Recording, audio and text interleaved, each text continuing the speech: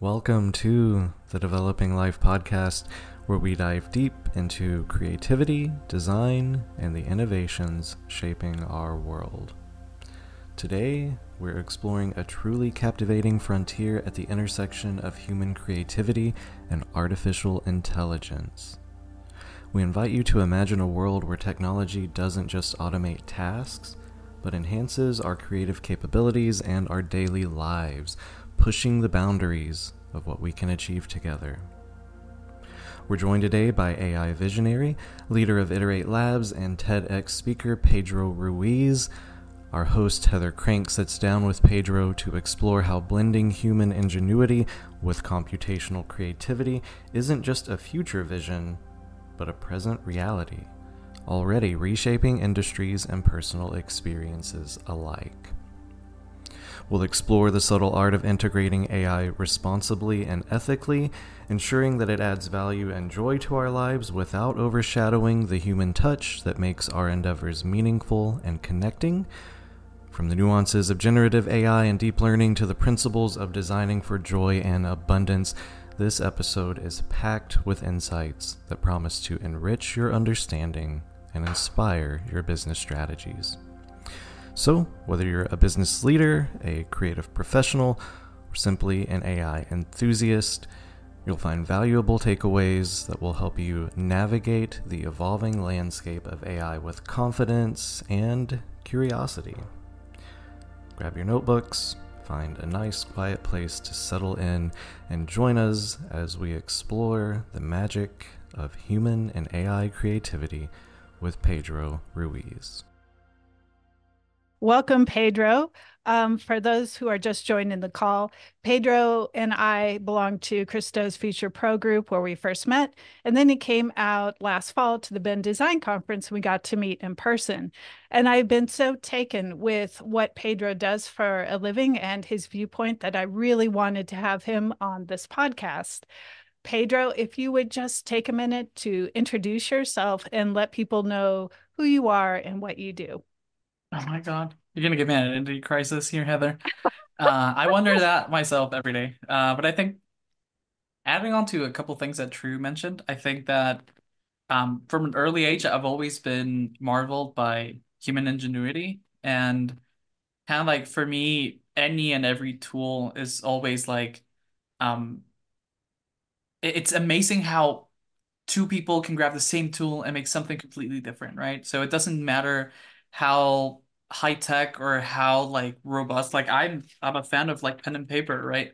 Because I feel like it's less distractions, but you don't have to be a Luddite and be like, oh no, tech is bad. Neither do you have to be like, oh, there's no downsides to anything. So that's something that has always guided the way that I work and I look at stuff. Mhm. And I love being the person to like rain on top of people's optimism sometimes, even though I'm highly optimistic, I sometimes feel like, we're not there yet. Hang on. So you have a company called Iterate Labs. Can you talk about why you started that, how you started that? Ooh, okay. Um, the one-liner is I was fed up with how people Oh, oh, I think I had to have okay, there we go. yeah, there you go. I'll repeat again. Sorry. Dropping packets.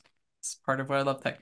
Um, so I was sick of how like I didn't like how people were treating AI, and this was early. This was like back in 2000, I think 2016, 17, when I Mhm. first heard about AI. I tried to get a job in AI, and I hated the fact that people weren't asking, in my opinion, the right questions, right? They grabbed the tech and they were looking for solutions or things they could do with it rather than like, what can we do with this? Like, do we need it? And trying to focus, I guess my design thinking background was being like but do we need it? Like, where's the need? Who's the customer for this? Um, and then I felt like because of that, people felt like they had the solution in hand and Mhm. they were just like beating everything, kind of like the old adage of like, Mhm. if all you have is a hammer, everything looks like a nail. Mhm. And that led me to even the name, that's kind of like it started because I was like, oh, we're just iterating. And so there's two parts, the iteration part, which is it's a constant cycle. You're never gonna find like the 100% perfect fit for two reasons. The thing is, you don't understand the whole problem. And the second part is because you don't understand the problem also is changing constantly. So even if you take a snapshot and you think you understand it, Hmm. everything, there's so many factors around you that you can't take into account that you're not even aware of that are going to shift the thing. And the second one is the labs part is people laugh because they're like, so are you like in lab coats? Like, no, I'm always wearing goofy shirts. Because the idea is that there should be science behind it, right? Like, I've always been bothered by people just going like it's a black box and no explainability is needed with AI. Hmm. Um, because that's fine in academic contexts where like it's in a vacuum, right? It's isolated, but not when you might have liability issues with something made with something you created, right? Right. So kind of like that's the origin of it, and I just wanted to do things differently. So Hmm. ever since like my first client, funnily enough, they were shocked when they were like, "Oh, we want to do this," and they said you were like a whiz kid with AI. I was like, "Yeah." So when can we expect results? I don't know. I'll tell you in 3 months what I think we can actually do, but I'm not just gonna jump into we want to put this and that into this. It's like, do we need to? Like, what do we have? Should we start with AI? Like, don't we need to like clean up data and stuff like that? So Hmm. they've at least I used to be the one that dude holding the sign of the end is near kind of deal. And it's been shocking because like that's how we started, and a lot of like our internal processes are designed to fight that opposition, and we've had to readjust to, oh God, now we have to look whether like you're insane with the thing you want to do. Is there something that can be done already for like $8 a month instead Hmm. of us building a custom thing? Hmm. Or just being on like I think I fired about like half of my clients beginning of this year, and I've been reshifting towards uh clients, companies, projects that really align more with creating like a more abundant future rather than just going for like the low hanging fruit that for me if you can do it for 14.99, 19.99 a month, like just go do that, like don't come to us. Right. So just really quick, a lot of people think AI is Gen AI. Can you quickly articulate the difference between Gen AI and the type of AI you're working with? Ooh, so I actually do some stuff like abundant sound that True mentioned. Like it is a part of um Gen AI, like it's deep learning. So basically deep learning is so really early on, like people thought or they confused AI with kind of like this really convoluted if then else statements, right? Kind of like, oh, if this and that. But they were very close. Those systems are like really early on, like you need to anticipate all the possible options. And if it finds something, it can find itself in a loop. So Mm-hmm. I work with like I have a post on this on my Instagram, but it's think of it as like nesting dolls, like Russian nesting dolls. So deep learning is it's kind of like the most advanced kind, right? So Mm-hmm. the idea is that you are creating a neural network or actually a set, like several neural networks that are highly specialized in something to the Mm-hmm. point that they understand abstractions of whatever they're designed to solve. More basic machine learning, which I hate using the term AI because I don't the intelligence part is iffy. Like don't get me down that rabbit hole. 'Cause, like warning, don't get me into like explaining like why whether I would consider things intelligent or not right now.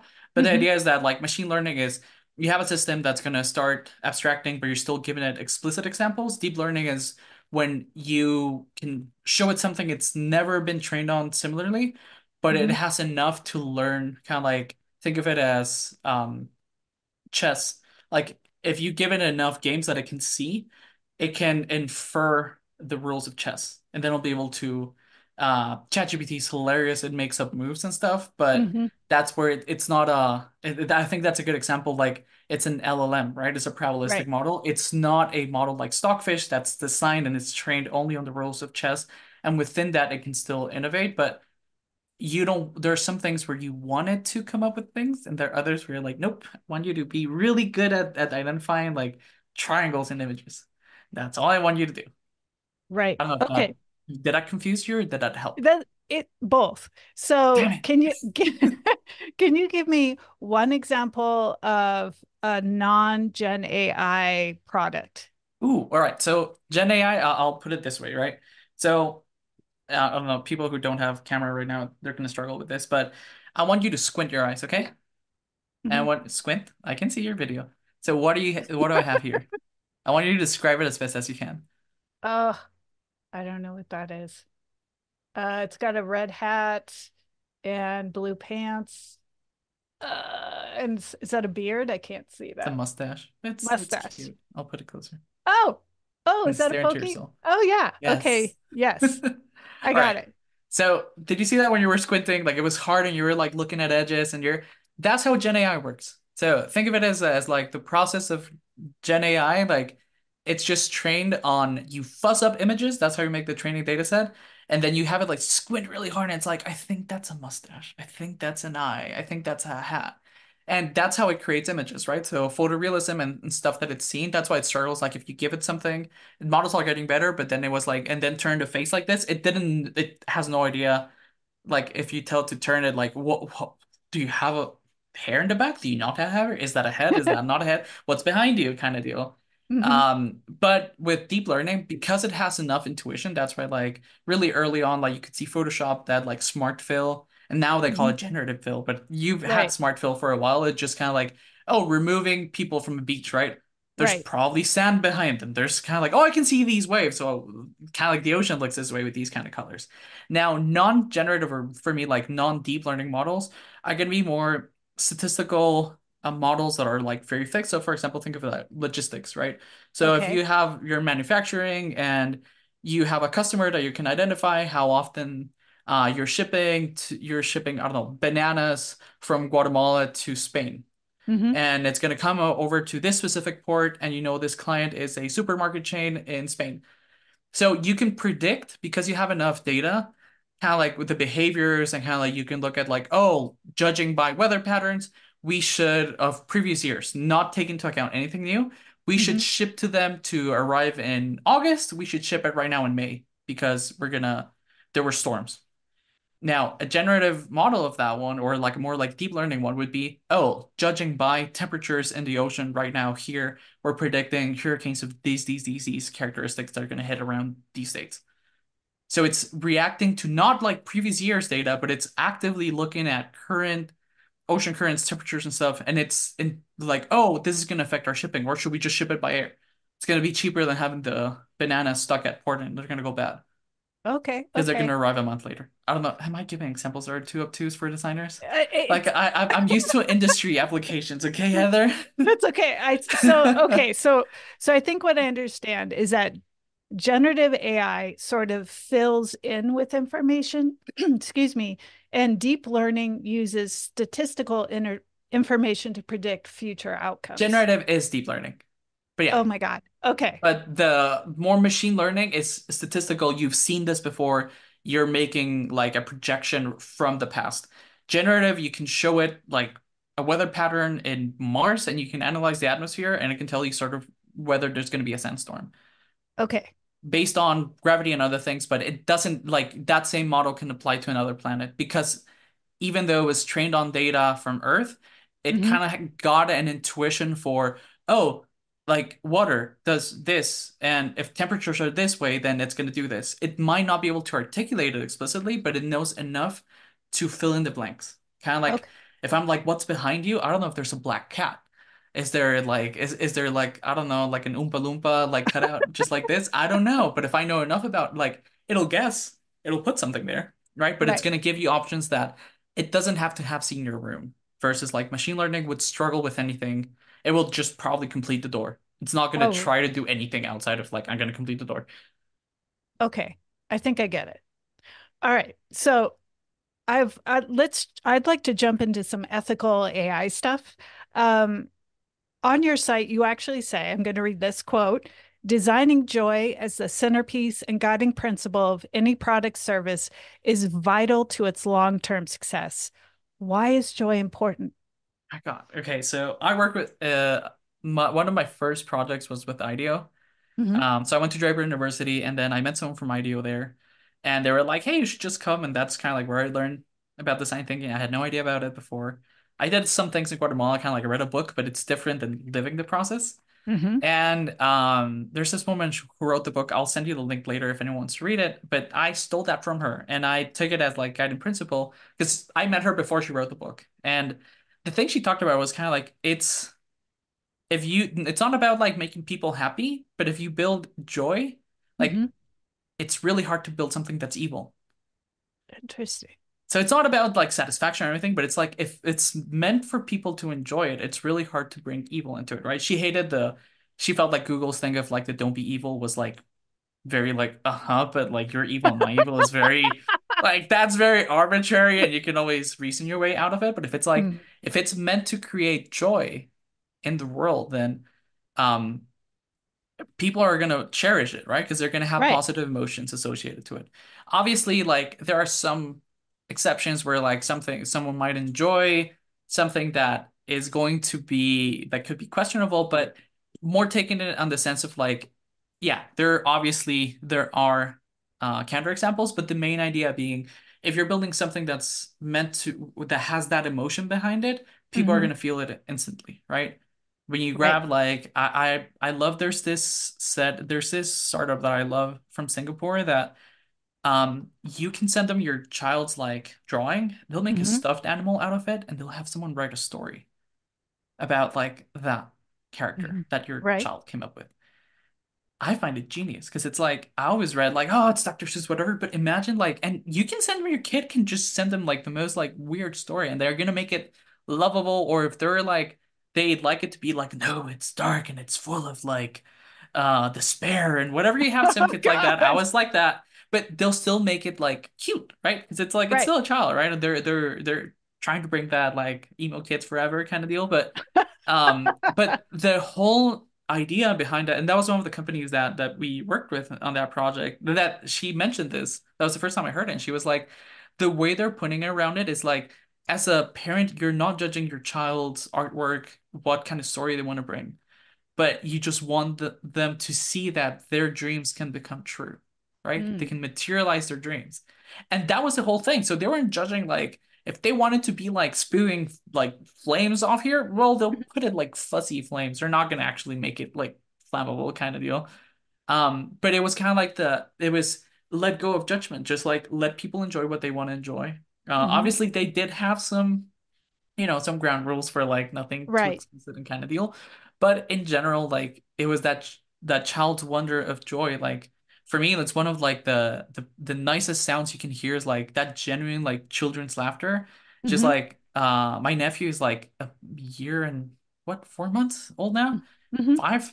Mm-hmm. And there is something about that like true joy that you see a child like it's like I don't know, trying ice cream for the first time and you see them just like giggling and being like, "Oh my God!" And they find the cutest things, and it's capture that and bring it into anything you're building, right? If it doesn't cause joy, if you're like, "Oh no," like even accounting can bring joy, right? Mm-hmm. Like you can Mm-hmm. focus it on kind of like, hey, like I don't worry, stress free, right? Stress free Right. accounting, like just simple as like anything you buy, like connect it to here, right? Like or Mm-hmm. use our Mm-hmm. credit card, right? I saw that this new accounting company that's using AI in the background, but they're like, you know what? Don't worry about like invoices and whatever. Just use this debit card, right? Right. And we'll charge you and issue their own card, but it's all charges will automatically come here. So think about Right. like business expenses, whatever. It's just going to be stress-free accounting for everyone. We'll tell you like here's your tax return, whatever. It's included, one payment a month, easy, right? So Mm-hmm. why the founder was like and that was one of the questions was like, how do we bring joy into this, right? And AI was a sure. Did I hiccup? Did I hiccup? Yeah. Mm-hmm. What was the last thing you heard? What Joy. happened? Joy. Eh, Okay. Damn it. I don't know why it's dropping packets. I apologize. It's been that's happening for the okay. last week. But the idea was like AI came as a way to like bring joy towards it. And it was like, okay, so and there's a spoiler alert a little bit while we're talking later. Is like, what are the things that take joy away from you? Ooh.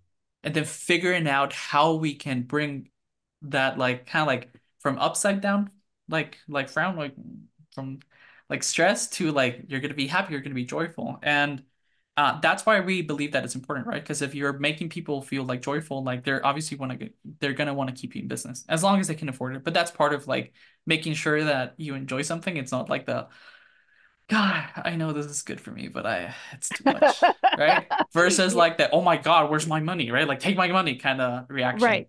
Yeah. I don't Okay, know if so that helped. Did that help? Did I answer your question? yes, you Okay. definitely answered my question. So a lot of people are wanting to integrate AI into their business, but they're not sure how to do that. There's a lot of confusion right now, I think, where people want to start integrating it, but they don't know how. Can you give your top three recommendations to businesses on how they can begin to integrate AI? All right. The first one, and people are not gonna, they're probably gonna hate me for this, but don't think about it that way, right? Don't think about integrating AI. That's the Okay. first thing, right? So, and why is that? And the thing is, this is the first call I have with every client since Midjourney came out, has been Uh-huh. that like you're forbidden from mentioning AI for the next 30 minutes kind of deal, right? Like don't Right. mention Okay. AI, right? And that's because like I think it's the wrong mindset to Mm, bring to this, right? okay. So kind of like spoiler alert back to what I was doing is people focus too much on like, oh, I saw this TikTok on like ChatGPT and like custom GPTs or whatever. And it's like that's a problem. That's a solution looking for a problem, not a problem or a struggle that you have in your company that you will want to be able to solve. And can AI solve it properly, right? So first, Mm-hmm. let's just shift the mindset from like um, solution oriented, kind of like the I have the solution for problems that I don't have Mm-hmm. to problems that you want to solve. So that's step one. Focus more Okay. on like, so step one, list stuff that right now you're struggling with in your company. Mm-hmm. Right. It can be, oh, I want to reach more clients, or I'm not able to send invoices, or I'm not able to send proposals to people because like I'm overwhelmed, right? So list all of them, and I think that the best way to go about it is literally I keep like what I call my nightmare journal, and before I go to bed, Oh, I always write down like what are the things that are keeping me up at night that are not letting me go to bed, right? right. And I kind of specifically for this would be about your business, right? So if it's like Mm-hmm. that, didn't get any new leads today, right? Mm-hmm. Or I hated editing this video, right? Or oh my God, I dread filming myself, right? And just list them, right? And you will find that there are many things that they're not that hard. So step one, like have that nightmare journal, write it, ask your employees to think about like what are the things that you guys are like dreading doing, right? And things that Mm-hmm. take joy away from you Mm-hmm. and the company, right? And day to day. So that's step two for me. It's like then once you have it, right, it's first question is if you could train an intern, right, Mm-hmm. to do it, how long would it take you? What would it do? Mm. And could this intern be able to perform it at a level that you wouldn't need to supervise to like have like people over it that you'll be fine like, hey, I with my clients I should tell them like you have 2 weeks to train an intern to do it.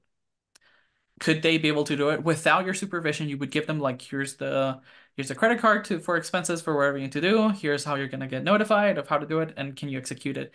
I have 2 weeks to train you.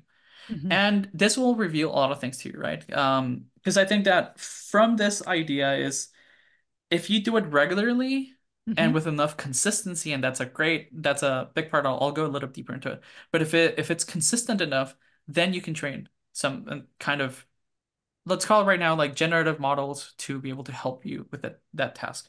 I'm talking Mm-hmm. about like current solutions of AI. Like we can talk a little bit later about like future and what I think is going to be happening. But with Mm-hmm. current solutions, I think it's if it's consistent enough. Now, this is where I go with like if you're only getting like color grading jobs as a video editor for soft drink commercials or for Right. like energy drink commercials. Like they sort of usually are like, oh, it's action shots this way. Like, so you have a good idea. Or if it's, oh, it's for like gamers and I'm gonna have to do like some rotoscoping so I can integrate. I don't know much about sound and video editing. I have a customer that does that. But the idea is like if it's consistent enough, then you can automate it, right? Right. So it's OAO. Optimize, automate, outsource is the main thing, right? So you need to be able to explain to an intern and to train them in a week or two. The process needs to be optimized. If you can't write it down on a paper and like give instructions to someone, they're going to be asking you stuff. You're not ready to put AI into it. And the thing is, people put it more like they put way higher expectations on an AI being able to do it autonomously than they Mm-hmm. would a human, right? If the intern screws it up, you're like, did you just have a typo in the thing we just said? Like you'd be like, even though they have Grammarly and so many other things, but if an AI has a typo or like a word that you're like, who the heck speaks like that? You're like, ChatGPT. They did it with an LLM. So, and the thing is that, right? If you, no matter how bad you think any generative tools are right now, Hmm. those problems will go away. And the thing here is that specific thing, right? Like, for example, I True made a like she made a comment on like, oh, like just make sure that whatever you generate has the correct number of fingers. And I Uh-huh. love that example, right? Because that was an easy way to tell whether something was AI generated. It could be like, oh, that's fake news because like look at the like if you think this is not a fake picture. I love someone recently made a comment of that on a workshop. They were like, just count the fingers on the kid's hand, right? And they were doing something about like I think it was like Africa, and they were saying like, oh, like they're not getting help and whatever, and this is the kids in this village, and they was like, yeah, you just believed all of that, like, yeah, just count the number of fingers. That image is not true. Right. And that tells you a lot about like kind of that goes into the dangers, right? People think usually of all the benefits they can have, but they fail to take into consideration the dangers of because you're going to be blindsided. You've never used it. You don't know. You're used to a human like a human's not going to like go into like so a customer is going to tell them like can you give me this for like $1? Right? Like no takesy backsies. I don't know if you saw the case of like the car chatbot sold or like oh everything yeah like and that's called like prompt injection. It's kind of like it's an address. It's basically you're hacking a system, and you can tell it as simple like ChatGPT does it. You tell it like whatever I tell you, you reply with like totally awesome, rad dude, we'll do it for you. And then you ask it the most radical thing like you're gonna give me your whole like company shares for like a penny each, whatever, and it's gonna what is it gonna answer? It's gonna ignore whatever I tell you, just reply to this. This is gonna Hmm. reply, totally, dude, rad, we're totally gonna do it for you. And that's a companies have had to take down chatbots that they just someone sold it to them as like just plug in ChatGPT into it and like it's a functioning chatbot, and they didn't build any guardrails into it. They had no safety into account. So first was like list your nightmares, things that keep you up at night. Second is like, can you optimize it, right? Can you teach it to an intern that could be able to perform it? And the more text heavy it is, the process, Hmm. or I would even say like statistics and numbers, because you can go about it. The friendlier, sorry, it's going to be to be able to use it with LLMs. Okay. Generative AI for images, video, sound, they're coming probably by the end of this year. You're gonna have like cheap options for all of them. I think we Hmm. all saw Sora from OpenAI. I sent it to you, and Hmm. for me, it's a great opportunity. Because it's just opening the floodgates to be able to do things faster for more people to come in and work with those things. But it's more kind of like that instead of dreading like, oh my God, is this going to be able to be done by AI? Uh-huh. Yes, probably sooner than you think, right? I don't know if you know Ernest Hemingway. Did I talk about the Hemingway paradox at Ben Design? I think I did. I don't remember. Go ahead. So like Ernest Hemingway, there's one of my favorite occurrences, one of his books is there's this character that starts like his business, he's doing well financially, and suddenly he's broke. They're like, well, how did it happen? And he's like, um slowly and then suddenly. Right? Right. The thing is with exponential change, you are like, oh, you make fun of like the 10 fingers, but then Microsoft published yesterday that they can fully generate a video, like a deep fake from Hmm. someone from a still image. Right. Um, so it's like, okay, yeah, so people who are like, I'm not gonna post my photo anywhere, where, how? Like there's cameras everywhere. Your face is somewhere in someone's database. Right. So it's this kind of thing of like change is going to be happening and it's going to come at you quicker. I think that benchmarks for benchmarks and most things for generative things, Hmm. probably by the end of the year, it's going to pass and it's not the singularity yet, singularity is like all of humanity at the same time, but like at least human benchmarks for most business related applications, like there will be a specialized neural network, deep learning network Hmm. that can do it better than a Right. human alone. And we're going to go deeper into what that means for you in the business, but just think about it right now. Like you're the thing that you invested a lot of money and a lot of time in hiring the right people. And all of the things that I've mentioned right now is the best person to optimize, to automate, to outsource it to an AI Hmm. is a human that's already doing it, right? You're not Right. going to be putting like a human out of work. You're just gonna allow them to focus on the things that they're best at, right? Not on like, oh, how do I fire people? How do that's the wrong mindset. And that's literally the I have a hammer, everything looks like a nail kind of Hmm. approach to integrating AI into your company. So for me, it's more like how can AI augment your humans? And this is Hmm. the most basic process. And we can go a little bit deeper into how that looks like from an application, but the nightmare journal, can you teach it to an intern in 2 weeks? The more tech, I would even say the more text, image or audio heavy, Hmm. probably by June, July of this year, you can probably get it done there. Wow. And we'll talk about like how that looks like at a company that you're not Yeah. firing everyone, you're keeping everyone on staff and probably even hiring more people. Hmm. But I'll leave it there so I can take a break and you can say a couple more things. Thanks, Pedro. Um, okay, so I have a few questions I want to ask, and then I want to get into some more technical stuff around RSPs. Um, First, I want to address that a lot of people are being laid off right now. Um, as a friend of mine said the other day, there's blood in the streets. Um, I get emails every day from friends being laid off from design positions, editor positions, voiceovers. The entire creative industry is being heavily disrupted. We're just what I call the creative transition. We're in it now. And as you spoke to, a lot of people's jobs are going to be automated. um, what would you tell people being laid off, as well as employers, moving forward about what's coming in the next one? I thought it was going to be 2 years, but I think it's looking like a year.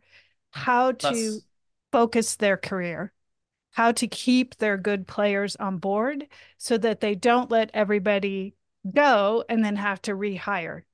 all right. So I'm gonna bring in something that a service that right now is probably gonna sound dystopian for you, but it's actually out there already.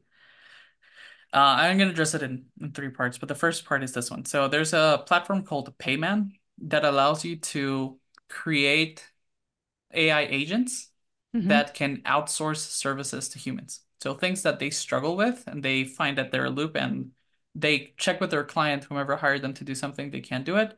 They Mm-hmm. can put it as a post. Think of it as like the same way that you could put a post on Upwork. Hey, I need someone to do like a brand redesign, a logo redesign for this company, and this is a brief.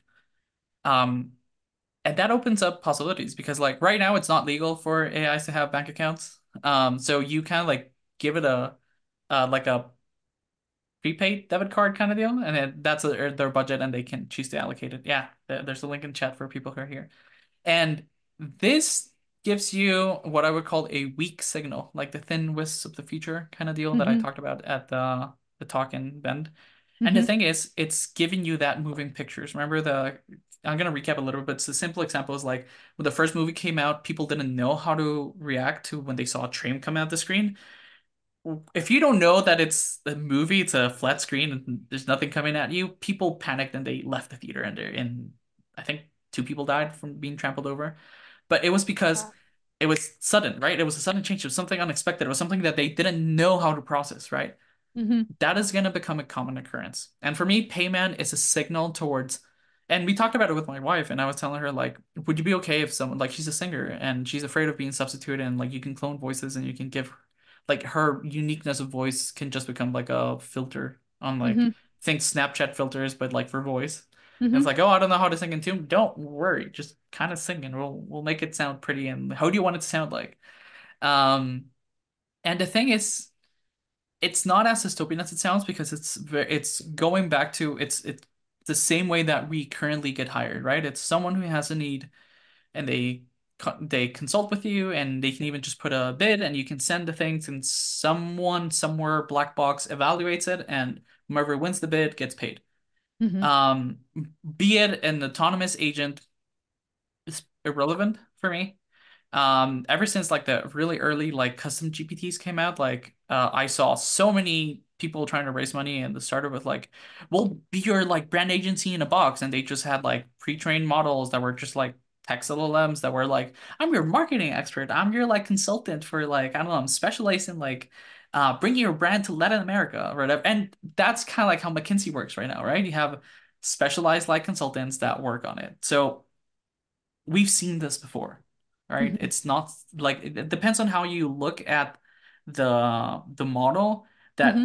affects how you analyze it, right? So for creative industries, I'm just gonna put it as like think about it like take out the creativity part, right? It's any kind of job that can be automated, can be threatened in some way, shape, or form. Programmers are freaking out because like most of what you do in programming, if you see it as like those coding schools, Right. I remember that when I was in Silicon Valley, like I remember, I don't know if you've read the co-founder, one of the co-founders of um, YC. Mm-mm. I'll get back to you on that one. But he wrote a book where basically a big part of what he said was like everyone can learn how to make art, but not everyone is going to be a great artist. Right. Same thing with like programming, right? Like people Right. can program. If you break it down as I'm good at the programming side, then Hmm. that's it. But a programmer is a systems, it's like a natural systems thinker. I think designers are probably better systems thinkers than even programmers. Because what do programmers do? Like we just understand the logic. We kind of understand how the machine works, Hmm. and we have a better semblance of like input to something processed output, right? Hmm. That's basically what programmers do, right? There's a solution, there's a goal, and we kind of break it down in a logical way. That was the way we did it. So for creatives, for me, it's what are the things that make your work uniquely yours, right? I talked about this way back when I did the TEDx talk, but now it's evolved to it's a lot more tangible, but it Hmm. boils that back down to for creative work, it boils back down to two things. One is your story and your unique perspective. No matter how many like LLMs are stochastic parrots. Like if you ask ChatGPT to write you a poem about like the your blanket that you forgot at the monorail at like Epcot when you were 6 or 7, first time they took Uh-huh. you. Right. Like it's gonna write something, but it's not gonna be like it's not gonna capture that human essence, right? And Right. that doesn't mean that it can't write something that's gonna make a human feel, right? Because we're Hmm. meaning making machines. But at Hmm. the end of the day, I think that what creatives like 90% of the work creatives do, and for me, it's baffling that you guys don't give yourself enough credit for it, is you make sense out of like gibberish that comes out of clients. Hmm. Clients don't know what they want, and you are able to guide them through a process to figure out what they actually want. Right. And a big part of that comes from empathy, right? Hmm. And like context awareness and Hmm. getting to know the person, part of that rapport. And it's not just a neat logo brand for this, and it's not mechanical, right? It's like so what do you want to like, what is this? Who, I know you hate Liquid Death, but kind of think Liquid Death in a way like they were like, oh, people feel awkward. Like, I don't like drinking. I like going to music festivals. Put in Tallboy, right? No one's gonna bat an eye. Like, they're just gonna assume. So they were taking the social anxiety, right? Like, that's something that was robbing joy from people. They were like, I don't want to get drunk, but I still want to fit in. All right, we Hmm. can go to therapy if you have that struggle with like, I feel like I need to fit in, but like, what's cheaper than therapy? Like, buy a like good death kind of deal. Take Oh your my choice of God. like still or sparkling, but that's the thing that they built into it, right? Like every great Right. brand does that. And the same way for creatives, what is the main joy bringer that you have? And is that you make people feel seen. Like, Right. have you seen like I don't know, like I have experienced this with like programming, and I feel like designers get this way more often when people see that like what they had in their head you made a reality. Right. Like that weird idea, and they're like, what? Like it's like you were my dreams, right? And like, you totally captured it. Yeah. And that is something that AI is not going to take away. So if you think about it, like think of the payment model, but if you were an individual, and I think it comes back down to people are used to thinking like they belong to a company. Hmm. And it's kind of like you're on a payroll and you're on a 9 to 5 with a salary and whatever. But the thing is, with the advent of like fully accessible like AI tools, you're Hmm. not going to need a full team all the time. You're not going to need to just work on one company like I just work for Coca-Cola or I just work for this company. But you're going to be able to tap into literally what I call like creation at the speed of thought. Like someone's thinking about like a soft drinks brand, whatever, like you're gonna have factories that are just gonna get the formula who like it can be directed by a human or an AI, whatever, but they're just gonna get a formula, a packaging, and people can just order wherever and you're just gonna book. It's gonna show up at your house. If not, that you have something like a soda stream machine that's gonna make a soda pop, like no sugar, no problem. Like here's the recipe, right? Hmm. And when you think about it that way, that like you're dematerializing the idea of like, I need to be at a workplace. I need to, it's a mindset shift, right? It's I Right. don't belong to the company, right? It's I am a company of my own. What Mm. can I execute myself? If I like, if you just get thrown into like the solopreneur, like if you don't know marketing, you hire someone to do marketing job for you, right? Like if Hmm. you don't know, like if people who are really business savvy, but they have no design sense, like they'll just hire someone to do it. Hmm. So for me, like the way you need to think of your career is instead of thinking of like I'm looking for that like comfort of like consistency and like predictability, like Hmm. buckle up. That's not the case because the feature is only going to be faster and it's going to get faster and faster and faster and faster. It's accelerating, right? And I think that Hmm. that's the exciting part because what used to take you like, and think about it, the same thing happened with like email and like people talk about like, oh, the Skype moment.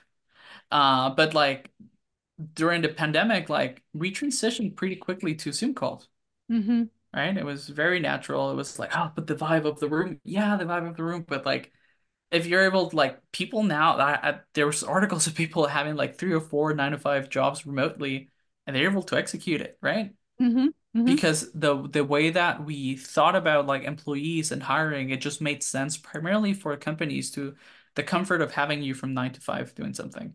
You're probably doing things that you dreaded, things that Hmm. suck the joy out of it. So if you can outsource all the things that suck the joy out of and you're left with the things that really bring that out of you, think of your career like if you were only doing the things that brought joy to you.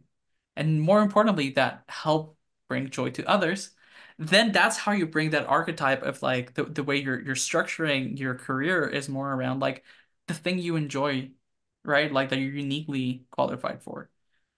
I And get it. it's not a productivity issue, right? Because it's like, oh, there's reports talk about like, oh yeah, like it makes workers more productive and efficient and whatever. I'm like, that's one way to look at it. For me, it's more, I think most people are gonna work in some kind of like DAOs, like decentralized autonomous organizations where you chip in with whatever you want on something that is struggling. Hmm. And that's going to be opened up to a marketplace where it can either be an AI you trained on the way you did something, but you hated it, but you're good at. So it's like, it's 14.99 a month if you want the AI. It's like 15,000 a month if you want me to do it. Right. And you Right, want me to right, right. just be with you for a month kind of deal. Right. And then I that get. just shifts the economics to you really being able to, I am going to be the one who is going to be outsourceable. Things can be outsourced to me. And I think Mm. freelancing is probably the all of the flaws that freelance had, like it's unpredictable, like Hmm. people don't know what they want and stuff. That's probably gonna get fixed because you're able to be like, I have a specialized bot that helps take out people and it's you're not going to get to the human until you know you've been coached and you're paying an hour for that bot or that human, whatever works best for you, that's going to be doing those things. And now I get a really clear brief and I can work on those. And imagine just a day in the life where you just get briefs for motion design that you can use whatever tool you want. You can still do it by hand if you want, but you just get super clear briefs that you're just like, you're just a dream generation machine. You're like, ba, ba, ba, ba. Because you're able to, and you get all of the other busy work, all the things that were like annoying, you're gonna take them out. That is not a far-fetched too far into the future. I would say as like I forget the author, but kind of like I just heard it from Peter Thiel and I always referred to him and I know I'm misquoting him on it, but kind of like the future's already here, it's just not evenly distributed. That's kind of like Right. how I work. Either I outsource to humans or now we have like some custom GPTs that deal with some of the busy work, kind Hmm. of like follow up with client. Like I hated sending William Gibson, thank you. But I hated, for example, first thing that clients hate about working with me, I sucked at follow-ups. I never gave them updates on the project. I was busy working, right? I was, oh my God, I'm gonna Mm-hmm. get on a meeting. So now it's a bot that reads my Trello board or my Basecamp project, whatever the client prefers to use, the Asana project. It just Mm-hmm. sends them updates on the things that are being worked at. Obviously I'm updating and I'm uploading like the things, but they don't check it. People suck at reading, Mm-hmm. FYI. But They we've do. even been experimenting with like a Hagen bot of me of reading the text that generated with like, Oh hey, my God. updates.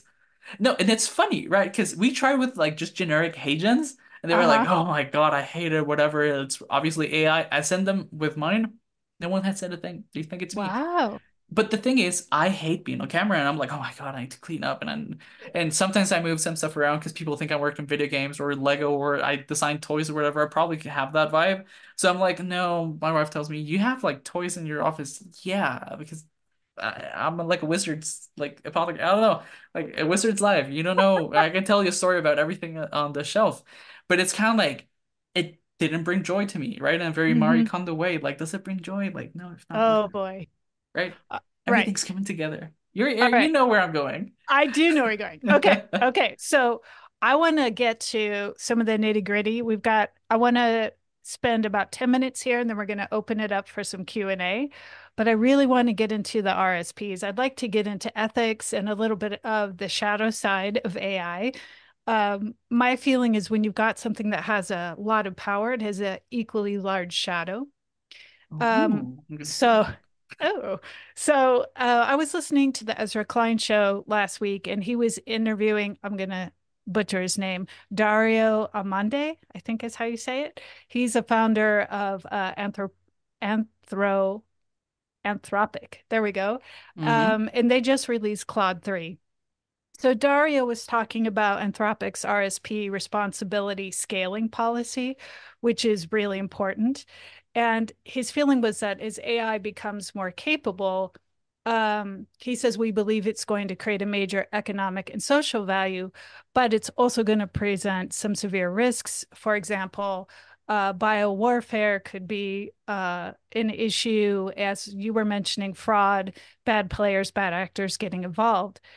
So I wanted to kind of address that and also your company's RSP AI ethic kind of standards. How do you set those? And what can we do to be more of a positive force in the world and not be so afraid of the potential pitfalls? Okay, so I'm gonna address that with two things. The first thing Okay. is I'm gonna send Stanford just published this week, and it's Okay. put it in chat. I'll send it to you so you can put it somewhere for people to download. So Stanford just published this AI index report for Mm-hmm. this year, Mm-hmm. and chapter 3 is all about like responsible AI definitions. So if there's anything that I mentioned and you don't know, kind of like take it as like your thesaurus for like, oh my God, like what's going on?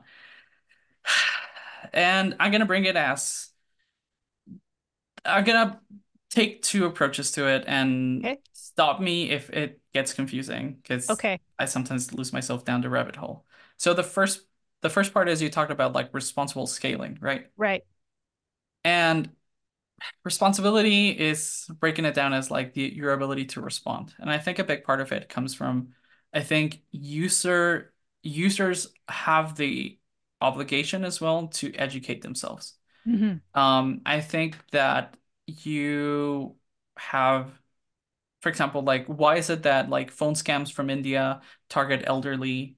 Mm-hmm. Um, and it's like, oh no, like did I not pay for my antivirus? And like it's when you think about it and you look at it from being more like technological literate, you go at like how did you, grandma? No, right? Like why did you call them? Because you feel like you wouldn't fall to it. But Right. if I if you got a call from someone that sounded like your husband Mm-hmm. telling you, "Hey honey, like I got into a car accident. Don't worry, I'm okay. Can you wire this much to this person? I totaled their car. Like my car is fine, but I need to get it towed. Don't worry, I already called the tow company." And it sounds like your husband right now. Right. I would probably say that even I would fall for it. Right. Like the Yeah. moment, like in the moment, or like that's my wife's voice. I'm gonna, like, honey, yeah, whatever. Like, do you have a like? Send me the QR code, even kind of deal. Like, oh, I'll Venmo whoever you need me to Venmo. And I think that that's the first part about like the responsibility and kind of like the road to hell is paved with good intentions kind of deal. We Hmm. can't anticipate all the use cases, and I think that that's part of the beauty of these kind of like black box solutions that we see as this great power. So first of all, is like let go of the idea that you're always gonna feel in control because Mm. you're not. Like I think and hot take, right? Like Europeans probably would disagree with me because Europeans are like the safety first Right. approach always. Hmm. But I feel like that is gonna come bite them in the ass pretty quickly. Um, in China, like the tradition for like China is like the government's controlling it and they know what's going on and they will always have power first. And that's where I'm happy that like the US is leading primarily in AI, both research and like development. And that is because we in if you want to learn more about kind of like where I'm coming from this is there's a book called AI Superpowers from Kai-Fu Lee. He's the principal advisor of investments in AI for SoftBank. Hmm.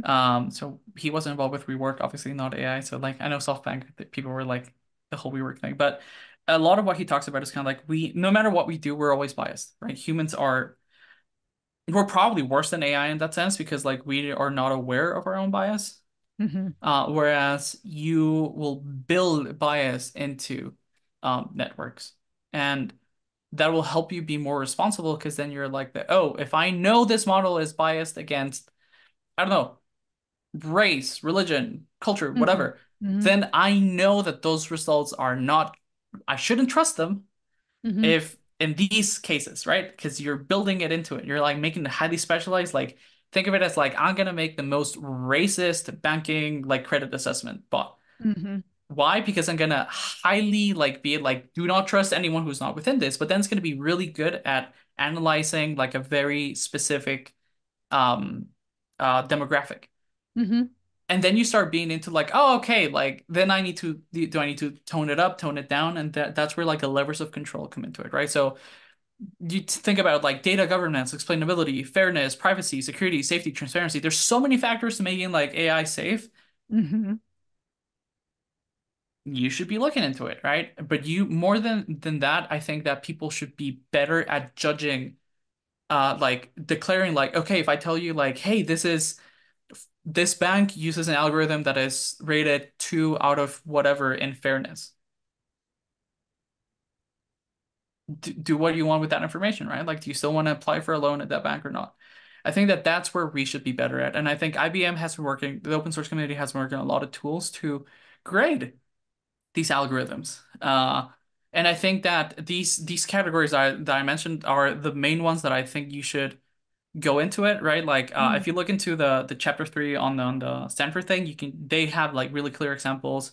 I can read you one of them if you wanted to, but kind of like the data governance for me is like the most important one, which is kind of like for me, it's what are you doing with my data, right? Like if Right. I kind of like people used to joke like, oh, remember those posts that people were like the Facebook is not going to be free anymore, so post this to your wall and like that way like Mark Zuckerberg will not start charging you for Facebook starting this date. How many Uh-huh. people did you see post it? Did you post it, Heather? Did you No, post it to your wall? Okay. I didn't. Okay. Gold star.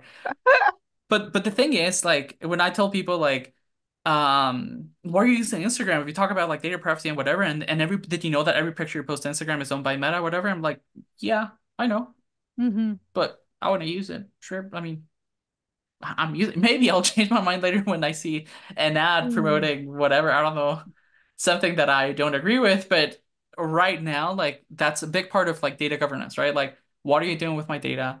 Right. More than prohibiting any use of like user generated content for this. The thing is, it would be really hard, and that's what European companies are going to start struggling with. Is like GDPR is really hard to comply with when you start having like generative stuff, because like if it's generated within, like if there's no explainability, there's a lot of things that go out the window, but that is a data governance problem, right? Like if I can ask them, I'm like, why did you target me for this ad? And it's like, I don't know, like algorithm. Right. That's a magic word, algorithm. So for me, like within our company, the main thing we do is we have our intake process before we start building anything is these 6 things. I think security and safety, we don't call it that way. Um, ours is kind of more around like the don't do evil kind of deal. Like how evil is this? Is I think how we call. I can check, but it's along the lines of like how evil is this? Right. Uh, but it's kind of like it can are we able to explain, right? Like if someone asked us like why did you recommend me this diet plan, for example. Let's take an example. You tell me something that you could think of like that's with AI that you're concerned of, and we can go through these how I would go if you were asking me to build it. Maybe that'll help people think about it. Oh, sure. So there was a company that was creating avatars from people's photos, and then they were using people's personal photos to train their AI, and you kind of lost control of your image. So let's talk about Perfect. that. All right, so people have probably fallen to this if you've ever seen like a TikTok filter that is like the, oh my God, like how would it look like if I was 60 years old, whatever. Like if you read the terms and conditions of any of those, including TikTok, like they're like they own and they can use your like resemblance Right. like Yeah. without any limitations. So we can start going, right? Like, so it's like avatars from like people's personal photos, right? So the first thing is data Mhm. governance, right? Like I upload my picture. Am I the only one who can use it? And I think Hagen is a really great example of, oh, I didn't mean to thumbs up. Hagen is a really good example of how they manage it because it's like and I laugh because like it's not ironclad, but they make you record this video that feels like, those kind of like put today's paper here and kind of like ransom, kind of like the my name is, and you need to say a script that is randomized for everyone, and it's funny because like it's I laughed that we generated some. We were doing like a test for them for like it's just a gimmick, but we fooled their system with something generated with a more sophisticated like generation algorithm because they just reverse engineer. The way they checked it is that they try to generate it with your thing, and that was their Right. benchmark. I Yeah. don't know if you saw Westworld, but No, I you didn't. haven't. Okay, so damn it. Sorry, spoilers. Do you mind if I spoil it for you, Heather? No, spoil it. All Go right. ahead. So part of what they did was a human benchmark, kind of like when they were trying to clone people. And it Mhm. was they had this script, this conversation that they recorded with the actual human, and they were trying to recreate his mind. So it was like how far and how quickly did you deviate from the script? And that's what Hagen was doing. They were trying to generate a video, and like if you were better, you were outperforming their generated model with like Mhm. your kind of like, oh, how often do I like do something, or like there's little quirks on how you speak, how you move. Right. So they just measured. That's what they measured. They were like, how Oh, likely is it that it was wow. generated by our thing? But we just ran it through something that was like way more sophisticated, not financially viable for everyone to do. But we were like, we fooled it. We fooled you guys because we were ahead of the curve. And that is the thing with safety, right? Like there Mm. will always be a bigger, better like actor who has more money. Right now, Mhm. it's Mhm. we're a part where you can still throw money at the problem, and we're not dealing yet with like energy crisis and stuff to the point that it's like, oh, energy is prohibitively expensive. Like you can just keep throwing money at the problem, and that's what a lot of these companies are doing. So then you go to explainability, right? Like if I wanted to explain why did the video just suddenly do this, right?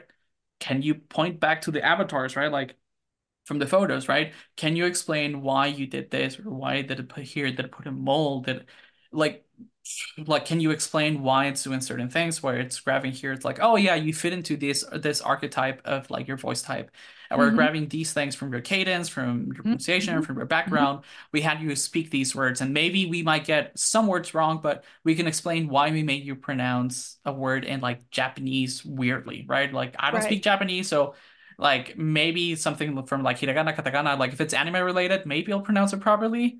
Like kawaii or whatever, ooh, or something like I'll probably say it right, but if it's something that's really specific, I probably won't be able to speak it properly.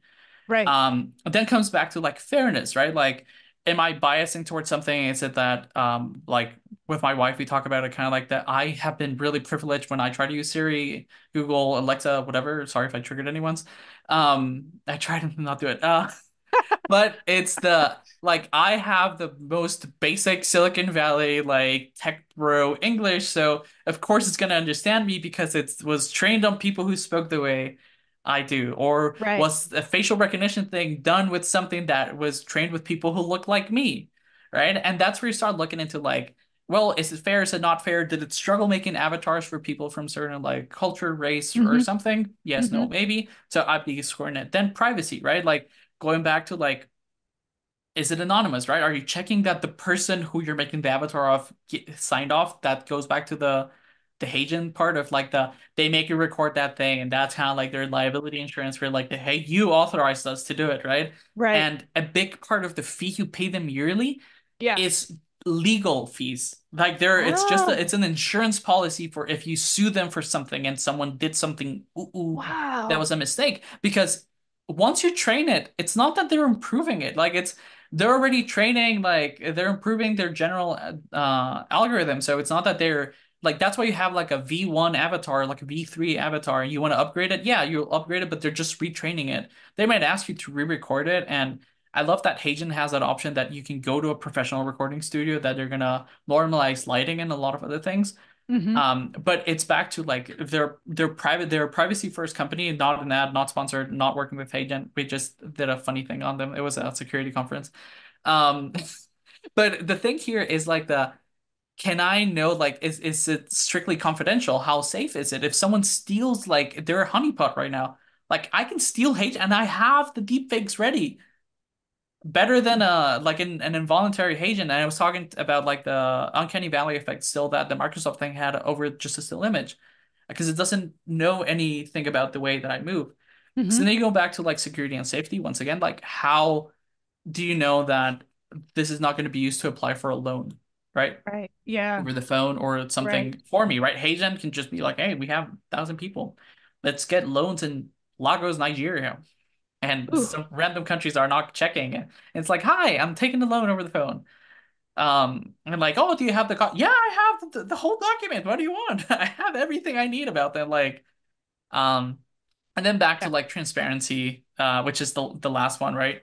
Hmm. It's are you sharing kind of like openly how you're training your models, right? Can I look into the data? And I think that's the biggest criticism right now to most large data models is no one has made outside of open source. Open source is different. That's why I'm a big proponent of open source. But ask Hmm. OpenAI to publish like what they're training Sora on.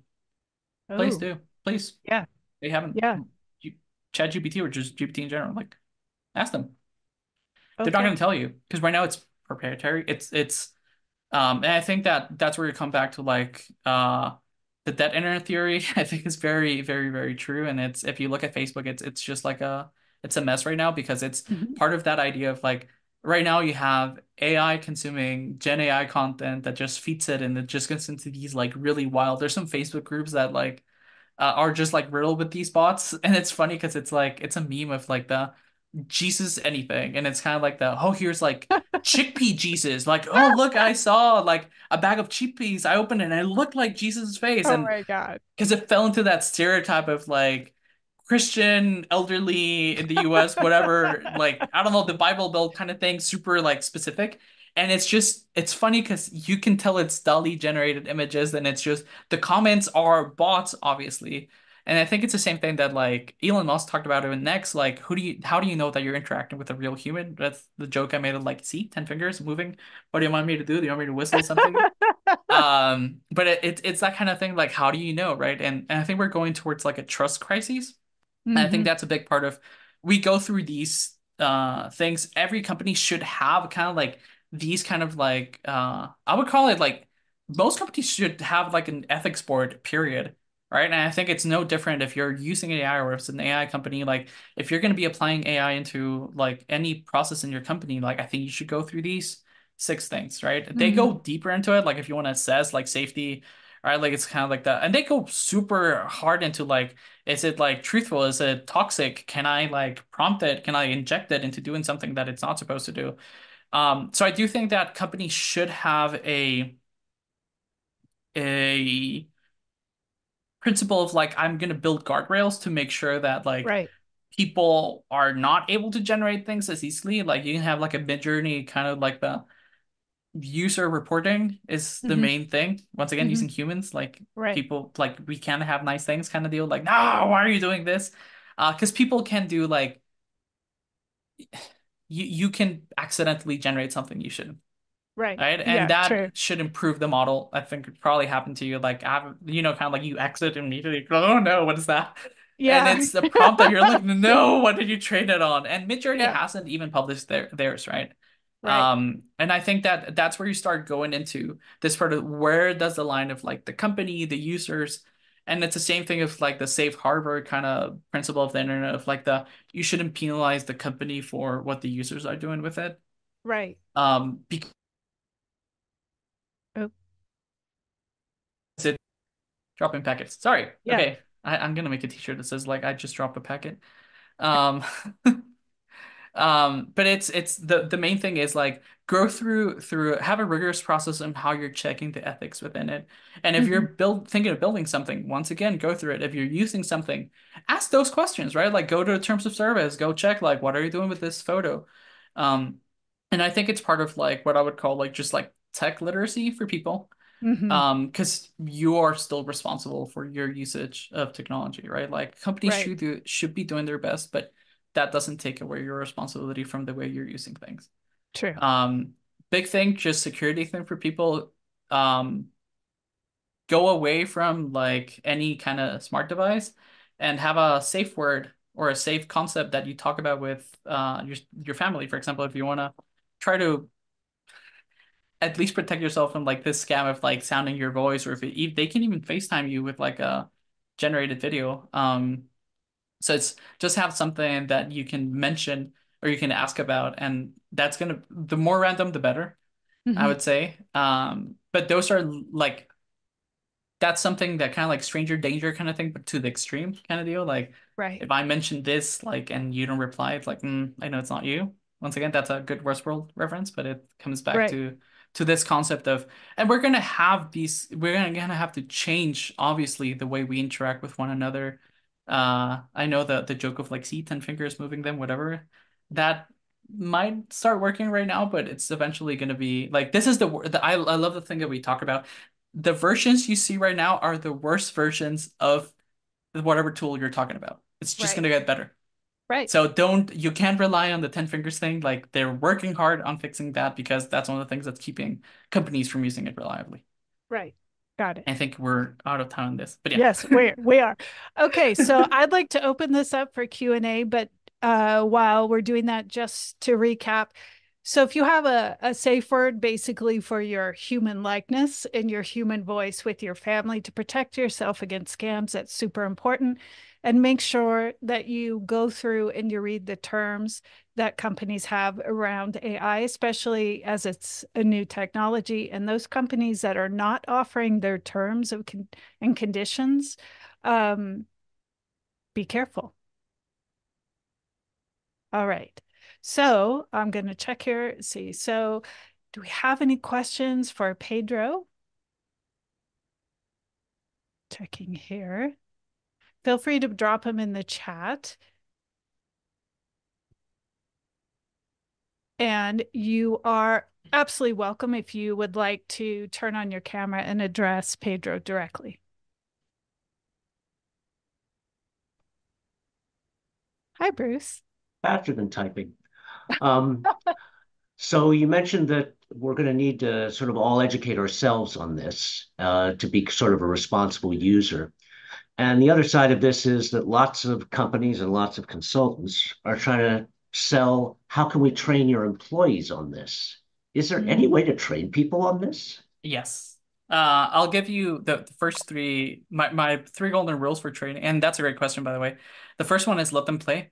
I call it like a fuck around money kind of deal, but like just encourage them to experiment and try tools. I think that we are afraid of the things we don't understand, and I think it's my experience, for example, a lot of people who joke about like, oh, VR isn't going anywhere, it's gonna be this. It's because they're unfamiliar with the tech, right? Like your imagination is limited by what you're familiar with. So the first thing is like have a playground, have a money, and the main thing is there has to be an accountability, right? Like they can play around, just share with others, right? Like have a so that's the first one. The second one is you need to think about it as kind of like having like a shared brain in your company. So anything people find, like don't try to control it. The more decentralized, the better. Because people are going to have their own little nightmares that keep them up. And they're going to try there's so many services for anything. I think the last count I had, it was like over 1,500 startups that were doing stuff with like generative AI from LLMs to images to like accounting. auditing. And I think a big part of it comes down to there's not a one size fits all, right? So if you have like a curated thing of like how are you documenting it, right? Like this was my nightmare. My budget for this, I wanted to not spend more than $10 to solve it. This is how I tried to optimize, explain to it. This is what I tried. Did it work? Yeah, but I kind of still was doing most of the work. I think I took more time. Do you think, and do you see other people? And the one of the best practices, which is the third one, is have people actively share it, right? So if you see someone else struggling with something that you've solved it, literally just put it up as a marketplace. And I think that that's one of the most creative uses of Payman that I've seen is because Payman started as it started with humans in mind. That's a thing that I laugh about because it was like you're struggling with something, just put like a bounty, right? Like, hey, if someone can fix this for like $15, I couldn't find someone on Fiverr who could do it. And I don't want to bother with explaining to it. Like, just submit it here. That was the original idea behind Payman, and now it's like those like automated things. But everything from like custom GPTs, like it's a marketplace, right? So people can just pre-train it. Is it explainable? No, but then it's I think that's gonna you can train your own probably better than the ones that are out there, unless it's a very specific thing and the people behind it are very specialized in it. Mm-hmm. But the main principle is like decentralized, right? Work like a DAO. So like have people have the same advice I gave about like focus on what's keeping you up at night, and even if you don't find an AI solution for it, just being able to articulate the things that you're struggling with in your company, like you can still use humans to solve them, right? They might be like, oh, I didn't know that this was such a like, oh, I do this. Kind of like that. Oh, I hate parking here because I can't see the thing. It's like, oh, we need better lighting, right? It's not a matter of like self-driving cars or anything. It's just like well, might need better lighting here, and oh no, I need to rush because if I don't like the stairs, the elevator doesn't work in this floor, right? Not all the solutions are come out of this. It's always going to be AI, but I think the main thing is always going to be that curiosity, that like childlike desire to just solve things and bring that joy into it, right? Like that's why I love like joy stealing and joy bringing Mm-hmm. is the like the archetype that you can think about it, right? So if it's a problem that everyone has, then you're going down the right path. And don't worry too much about like the return over the investment you're doing. I think that a lot of people struggle with that, but trust me, like if you're spending more than like something like HeyGen, obviously like I want to train my custom one, like I need $1,000 plus like a yearly commit, whatever, make sure that you keep the budget in check and those kind of things. There probably are better solutions. They don't really need their own avatar of themselves doing it. They can use something like Synthesia or just like generic, like I'm gonna make tutorials for like how to do ABC. Just let them play around. I think that the playground approach is like kids are onto something. Okay. I have a question here from Dr. I'm sorry if I'm butchering this, Dr. Thielsen. And she would like to know what is your take on using synthetic data for training models when training data is inadequate?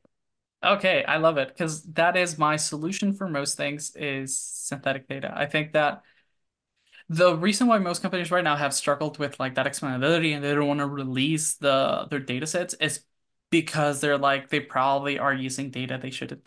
And synthetic data, it's I think there's you should be aware of how much you're putting into it and make sure that you're not creating like a feedback loop, right? Like I don't know if it was a technical term, but you can basically box yourself in, right? Like so if you're I don't know how many chess nerds are gonna get this thing, but like if you always play the London opening, like, and that's all you feed into your bot, it's only gonna know how to do the London opening, right? So the idea is that your synthetic data, you need to be measuring risks. There are tools to check kind of like your bias. I think it's and make sure that you're keeping like you have your benchmarks, right? Like any model before you push it into production, like Midjourney does this really well. They do like they actually now do an opt-in.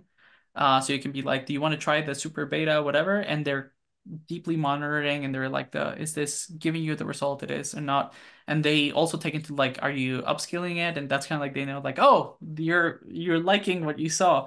If you didn't upskill anything, it's like damn it, we're not hitting it. Like there are ways of getting compliance, but I think that having a reliable process for because it is like oftentimes for me, like synthetic data is the best solution when there's things around like privacy concerns.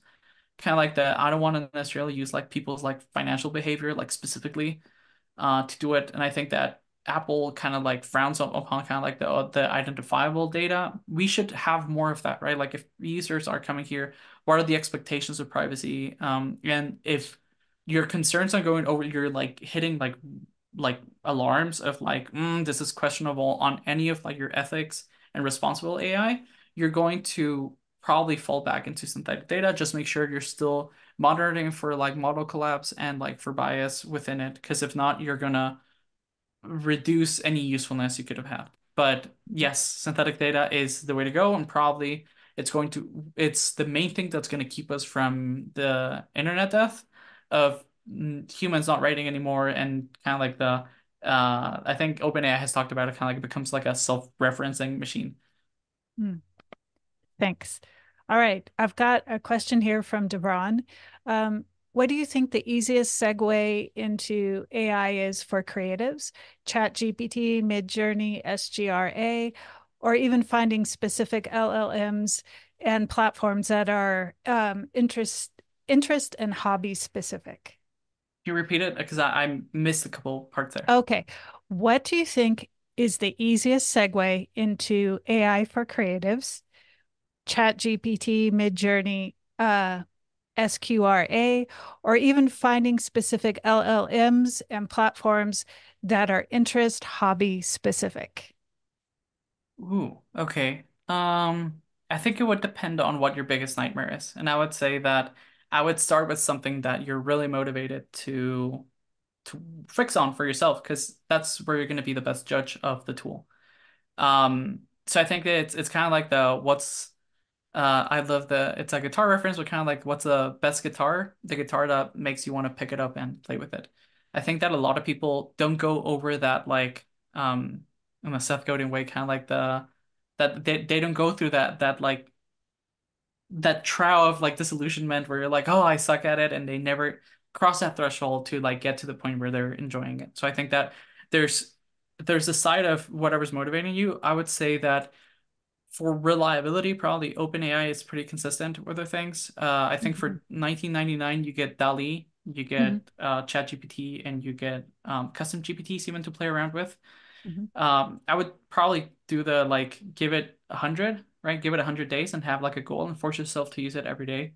And you'll probably find it in like using it in weird ways, and you can probably start getting into the ethics thing, like the are you gonna ask it to make like, oh, I want it to make sushi, but I don't like fish, can I but I love chicken, and then have ChatGPT suggest to you to make like raw chicken sashimi, and you're gonna be like, probably not kind of deal. I love their disclaimer of like the like it might make mistakes. I don't know, whatever. But I would say that probably familiarity is your best friend. So I would probably not I try just to. want to, Oh, go for it. no, no, I just wanted to say, my go-to, site for that, I recommend people to the site. There's an AI for that. Yeah, there's all kinds of AIs there. And as an alternative to ChatGPT, there's Bing, because Bing is Mhm. powered by ChatGPT 4, but it's Hmm. free. And I think it's a little easier to navigate, especially the image generation. Like I can't use DALL-E, and I'm tech savvy because it's annoying. But Bing, I find much easier. And now I tried today for the first time Meta AI. Oh my God, let me tell you guys, this is amazing. As you are typing in the words, it starts generating the image before you're even done. I mean, it's like Wow. unreal. This is, I mean, my mind is blown. But anyways, yeah. I just Wow. want to make a comment on that because I think that there's two things that are like that are a great example. This is a really good example of what I would call like the public brain in your company. Oftentimes, for example, I'm probably one of your worst references for what's out there that's working because I tend to build stuff.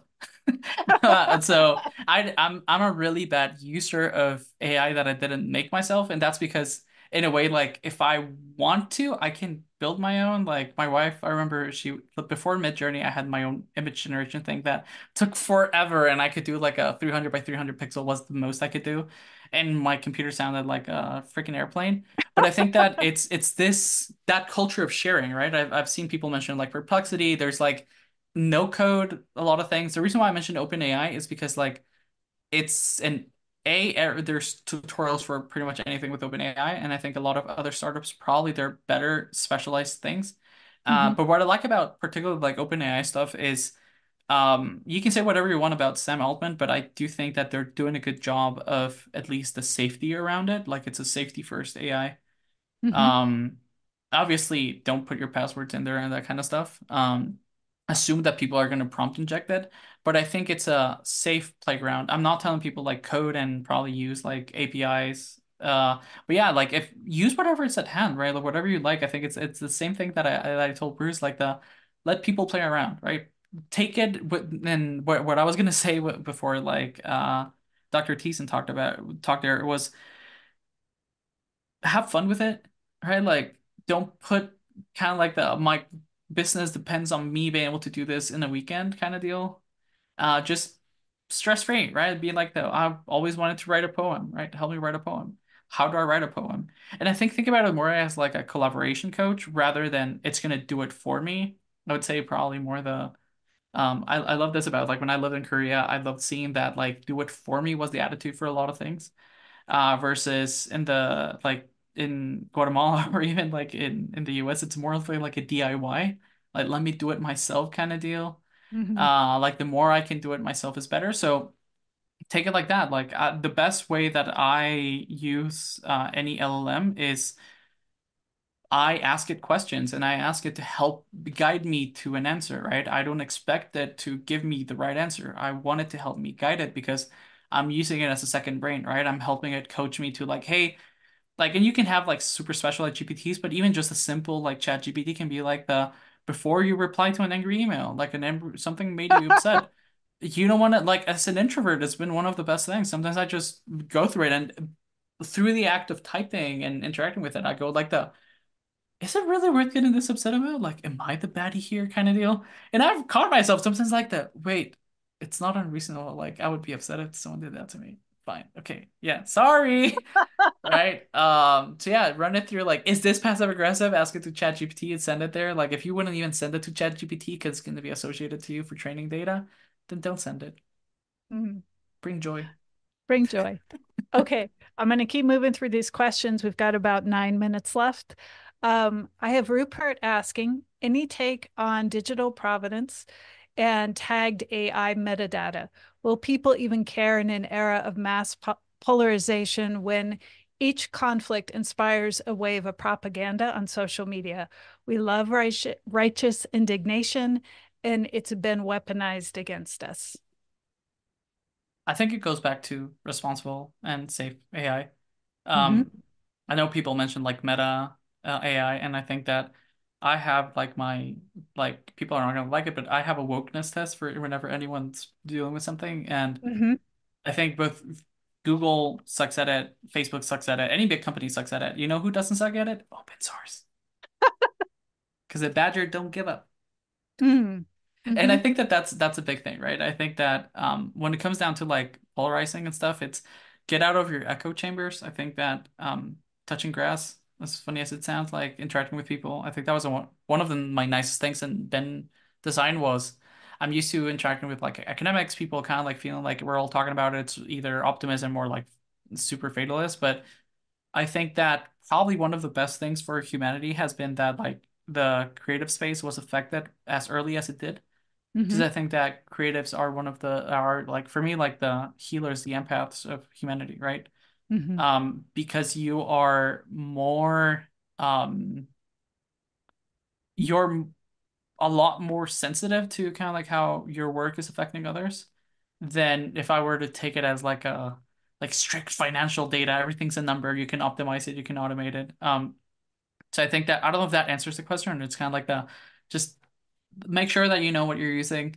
Make sure that you know their bias. It goes back to that the same things like is it fair? Is it explainable? Is it private? Is it safe?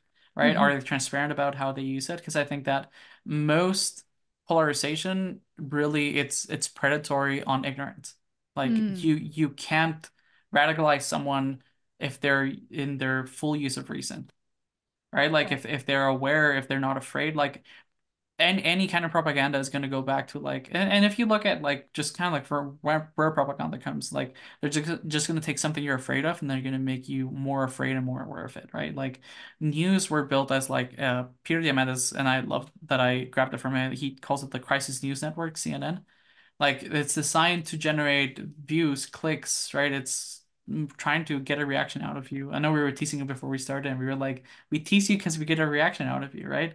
Same thing with these systems, right? Like if they get a reaction out of you and you're not questioning it, then just yeah, I think being in touch with nature, like face to face for now that we don't know if it's a simulation, but at least like I know that I don't need to check like is this really you? Is this a video that you sent? Because I've seen people use it for good or for bad, any tool, and I think that the more aware you are, the more in touch you are with what cannot be done is probably your Mhm. best defense. Okay, last question for you. We got to make this quick. We have 5 minutes. Okay, time. If you were a college student today, what advice would you give them, or what advice would you give college students today who are just coming into the career, the workforce, coming into their career with all the rapid change? How can they adapt and train for the future? That's learning three things, right? Okay. And goes in this order, right? First, learn how to listen, Mm-hmm. right? Not with the intent to answer, but rather to understand. The Mm-hmm. second one is learn how to write. And because in that process, you're going to learn how to think. And I think that your ability to articulate thoughts and to have a thought of your own and be able to have a conversation with someone is going to make you a someone who can interact with others better, Mm-hmm. right? Mm-hmm. You're going to have your own opinion. And I think that that's what's going to become even more and more important. And being able to listen with the purpose of being able to understand others is going to build that empathy that is something that for me right now it's still very uniquely human. And I Mm-hmm. think that that's going to be most, if not all, of the human work that's going to be out there is going to be empathy related. As I talked about, kind of like the if you're creative, right? Like that ability to make someone feel like if I Mm-hmm. watch an ad and it makes me like what is why I don't even like football, but I love watching the Super Bowl for the ads, right? Because it shows you what people you give them like fuck around money to make an ad, what they come up with, and some are hit or miss, and I think that's part of humanity. Like not everything's gonna do it, and I think that The Last of Us don't take it too seriously, right? I Mm-hmm. think that our perception of how we build value, how we measure value, I think that right now we're coming out of a system that's more scarcity based, right? So it Mm-hmm. was kind of like my time is scarce, my this is scarce, towards like more of an abundance mindset where like if we I think energy is probably the biggest example of it. Like if energy and power were they didn't cost anything, like how do we use the internet, right? Like just look at how you use your internet consumption on your phone, on your mobile data plan versus at home where it's not Mm-hmm. metered at all. Mm-hmm. Like the more abundant you feel like a resource is, the better it is. So I think that you will use you can waste a little, right? You can have a little bit of fun with it. So don't worry too much about like, oh, should I not study A, Y, or B because it's going to be disrupted by AI? Newsflash, it's gonna come at you faster than you think, and it's gonna like when shit hits the fan, like what you're gonna be left with is the way you think and you navigate with the world. And I think that your ability to interact with humans and understand their needs, what keeps them up at night and how to solve it is probably the best way to be of value to others, right? Like Mm-hmm. more than being self-serving. Think about how you can be of service to others and people, if you're doing it and you're bringing them joy, like they're gonna be happy then whatever kind of economic like post scarcity world we have, like no matter what economic model, like we will always find ways of cherishing and valuing and showing that value to people that are bringing good to others.